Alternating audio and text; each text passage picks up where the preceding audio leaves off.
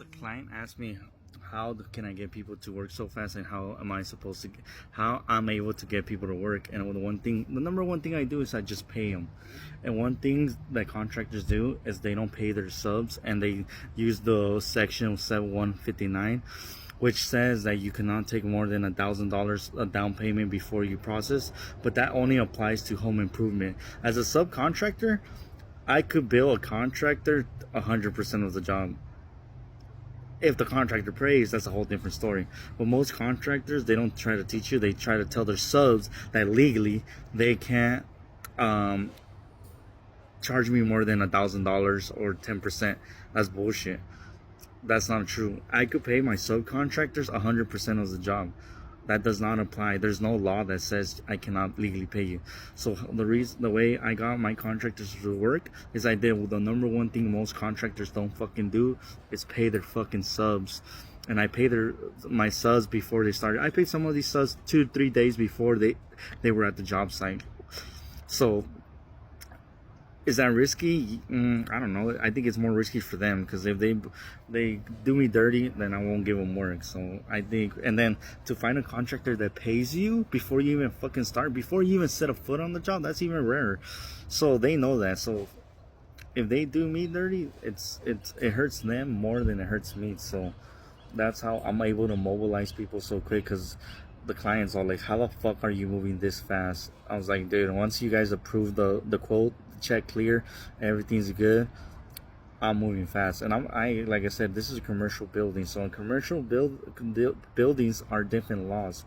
But most contractors use their subs money to fund their big ass trucks. That's what they're fucking doing. They don't give a fuck about you. And the one thing you gotta do is always protect your subs, because they're the guys that go to war for you. They'll get shit done for you. And another way I keep subs in track is I have a 2-day clause, which that means is if my contractors are bullshitting me, I have the right to cancel their contract and just hire someone else. And there's other subs. So if you don't want to work, like, it's fine, dude. I'll fire you. I'll pay you what I owe you. Get out of here. So those two and two together just like makes these guys work. And like I said, the client's like, how the fuck are you moving this fast? I'm like, because it's not that hard. Pay your subs. That's number one thing. Like, there's, you know how many times contractors call me, they're like, hey, can you start this job? I was like, dude, you still owe me like $5 fucking grand from the other job.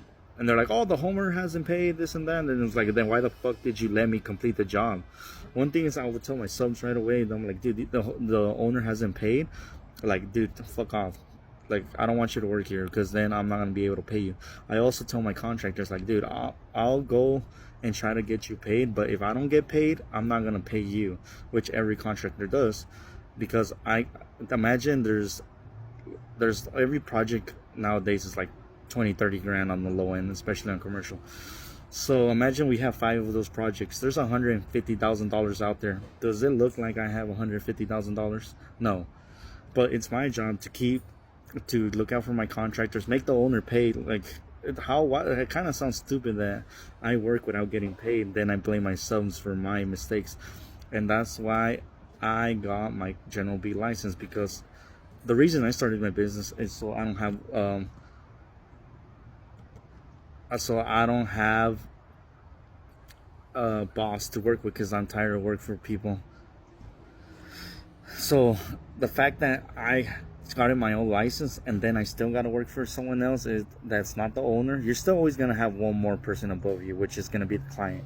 But to have a contractor above you that doesn't care about you, that is just like doesn't care if you have payroll, and then they're like, oh yeah, like, who gives a fuck? Like, oh, and then they hit you with that one section 7159, I believe. They're like, you can't legally charge more than $1,000. I'm like, dude, that only applies to homeowners, not fucking commercial buildings. You want me to fucking start a $50,000 project with $1,000 deposit? Then you want me to look bad in front of my suppliers, which happens all the fucking time.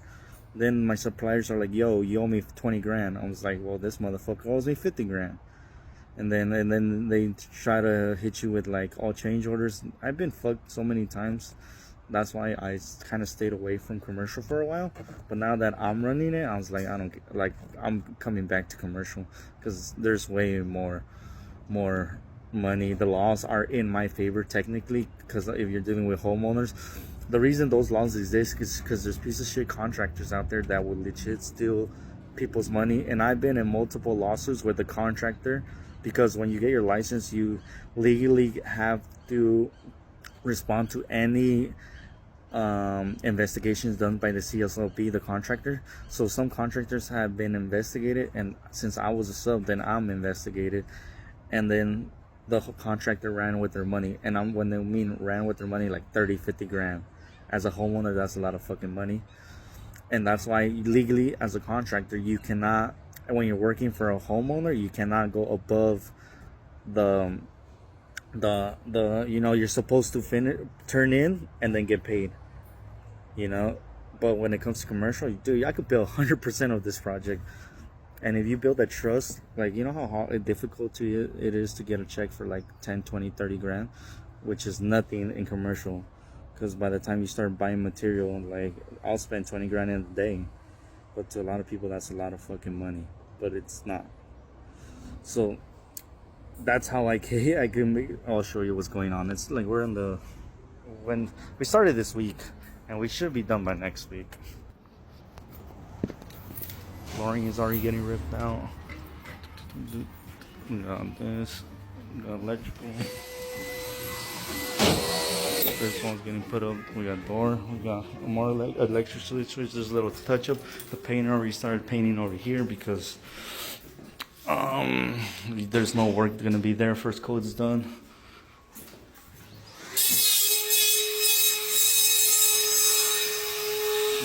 This wall got knocked down already. Ceiling tiles are gonna get fixed, but yeah, contractors never move this fucking fast.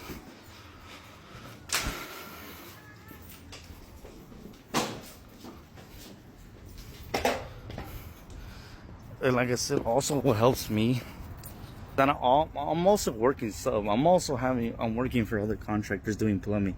And another thing contractors don't do is they don't fucking work.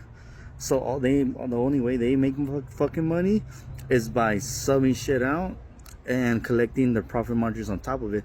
But they don't produce money by actually working.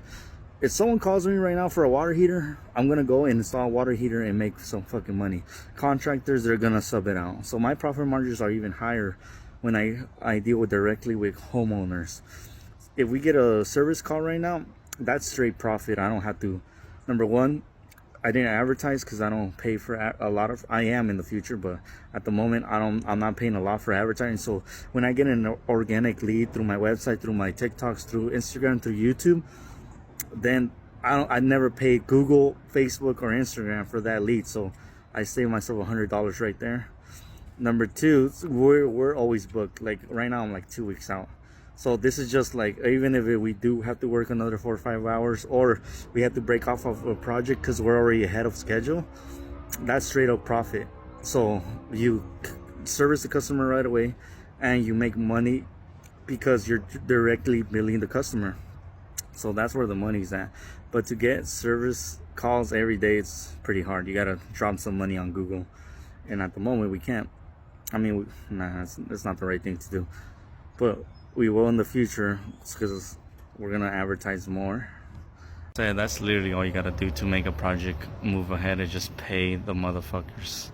And that's one thing no one does. And like I said, it's almost like I have to rob my own money when contractors don't want to pay me. I'm like, dude, I completed the work. It's not like I'm asking you for a loan. It's not like, hey, could I borrow $3,000? It's like, dude, I spent gas money, paid someone out of my own pocket, and now you're not paying me on time. But whatever, that's my problem. But that's why I decided to get my general contractor's license, because I'm tired of dealing with people like that. And like I said, your subs will go to war for you if you could pay them, because most people don't. Most contractors do the bare minimum, which is pay their fucking subs. So just pay your subs, and then you could get projects done like that on top of each other. And then and then it actually takes a 2-week project actually takes 2 fucking weeks instead of a week project taking 3 months. And I've seen it happen. It's crazy how contractors are in business. And think about it, every time you come here and drive, like today I drove over here, I'm spending gas, fuel, my time. It's like, and that's why contractors don't make money, because they're not moving the schedule. They came here 50 times. Who the fuck is paying for the gas? And also they're not working, so they're not making money. I'm making money in both ways now, and that's gonna fix all my problems. Hopefully, I know, not hopefully, I know it is. Pay your subs on time and they'll deliver.